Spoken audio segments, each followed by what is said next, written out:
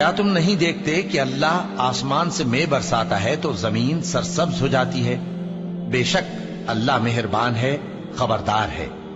جو کچھ آسمانوں میں ہے اور جو کچھ زمین میں ہے اسی کا ہے، اور بے شک اللہ بے نیاز ہے، قابل ستائش ہے۔ کیا تم نہیں دیکھتے کہ جتنی چیزیں زمین میں ہیں سب اللہ نے تمہارے زیر فرمان کر رکھی ہیں، اور کشتیاں بھی جو اسی کے حکم سے سمندر میں چلتی ہیں، اور وہ آسمان کو تھامے رہتا ہے کہ زمین پر نہ گر پڑے مگر اس کے حکم سے۔ بے شک اللہ لوگوں پر نہایت شفقت کرنے والا مہربان ہے۔ اور وہی تو ہے جس نے تم کو حیات بخشی، پھر تم کو مارتا ہے، پھر تمہیں زندہ بھی کرے گا، اور انسان تو بڑا ناشکرا ہے۔ ہم نے ہر ایک امت کے لیے بندگی کی ایک راہ مقرر کر دی ہے کہ اسی طرح وہ بندگی کرتے ہیں، تو یہ لوگ تم سے اس معاملے میں جھگڑا نہ کریں، اور تم لوگوں کو اپنے پروردگار کی طرف بلاتے رہو، بے شک تم سیدھے رستے پر ہو۔ اور اگر یہ تم سے جھگڑا کریں تو کہہ دو کہ جو عمل تم کرتے ہو اللہ ان سے خوب واقف ہے۔ جن باتوں میں تم اختلاف کرتے ہو اللہ تم میں قیامت کے روز ان کا فیصلہ کر دے گا۔ کیا تم نہیں جانتے کہ جو کچھ آسمان اور زمین میں ہے اللہ اس کو جانتا ہے؟ یہ سب کچھ کتاب میں لکھا ہوا ہے، بے شک یہ سب اللہ کو آسان ہے۔ اور یہ لوگ اللہ کے سوا ایسی چیزوں کی عبادت کرتے ہیں جن کی اس نے کوئی سند نازل نہیں فرمائی، اور نہ ان کے پاس اس کی کوئی دلیل ہے، اور ظالموں کا کوئی بھی مددگار نہیں ہوگا۔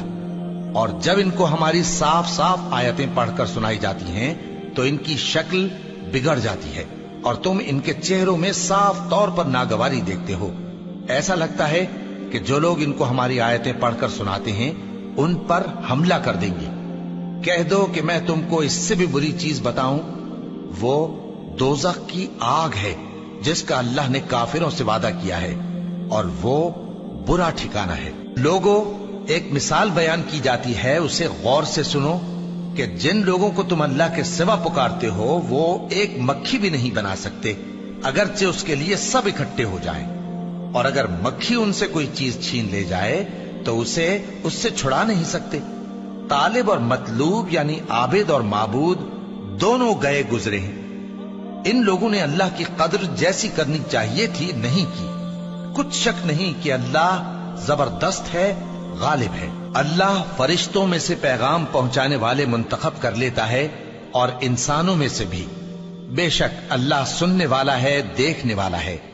جو ان کے آگے ہے اور جو ان کے پیچھے ہے وہ اس سے واقف ہے، اور سب کاموں کا رجوع اللہ ہی کی طرف ہے۔ مومنوں، رکوع کرتے اور سجدہ کرتے اور اپنے پروردگار کی عبادت کرتے رہو اور نیک کام کرو تاکہ فلاح پاؤ، اور اللہ کی راہ میں جہاد کرو جیسا جہاد کرنے کا حق ہے۔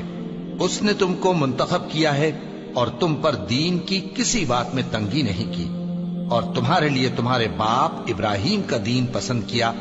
اسی اللہ نے پہلے یعنی پہلی کتابوں میں تمہارا نام مسلم رکھا تھا، اور اس کتاب میں بھی وہی نام رکھا ہے۔ تو جہاد کرو تاکہ پیغمبر تمہارے بارے میں گواہ ہوں اور تم لوگوں کے مقابلے میں گواہ رہو۔ سو مسلمانوں، نماز قائم کرو اور زکات دو اور اللہ کے دین کی رسی کو پکڑے رہو، وہی تمہارا دوست ہے۔ سو وہ کیا خوب دوست ہے اور کیا خوب مددگار ہے۔